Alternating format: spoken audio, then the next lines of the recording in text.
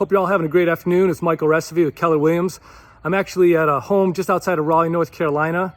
It's a home that's actually built in 1959. My client's interested in making an offer, but there's two concerns we have. One, it was a little musty smelling inside the house, and the floor was uneven in the dining room.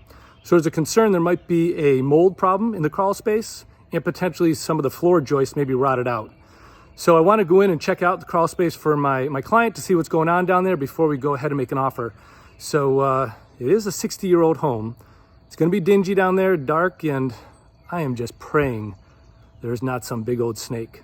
So wish me luck. I'm going to head in. So right there's the crawl space, and we'll catch up to you in a little bit.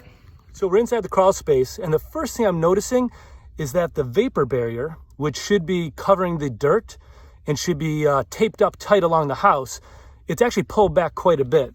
So if you look here, you can see the soil is exposed, and that soil, that plastic should be covering it. That exposed soil is a little wet, and that moisture and musty smell is coming from the soil. So potentially there might not be a mold problem. But I'm gonna head in further. We'll check out some of the joists to see if there's any rotting going on, and also look for some mold growth. Let's head in here.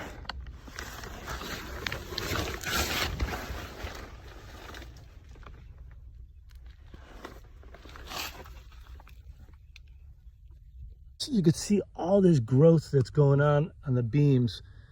I'm not too happy about it. There's definitely some growth going on. I'm not sure what it is, but it does smell down here quite bad. These are some of the beams that are supporting the kitchen, and they're all pretty solid. I'm not seeing any rot going on with the beams. So overall, I think the structure looks pretty sound. So that's good news. And so far, no snakes. After assessing the crawl space, I did not find any major structural issues. I did find a little bit of mold growth. I think it's coming from the lack of vapor barrier, because that dirt down there is a little moist and wet. And if the vapor barrier was sealed off and taped off and covering all that dirt, I believe that growth would not be there. I do need to talk to some experts and get their opinion, and then we will coach my client on whether they'll make an offer or not.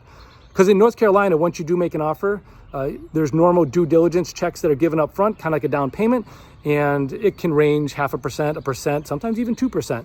But you do not get that check back. The seller cashes that unless the contract is breached or something, or if the seller backs out. There's different reasons, but in general, the seller does keep that down payment check, or the due diligence check.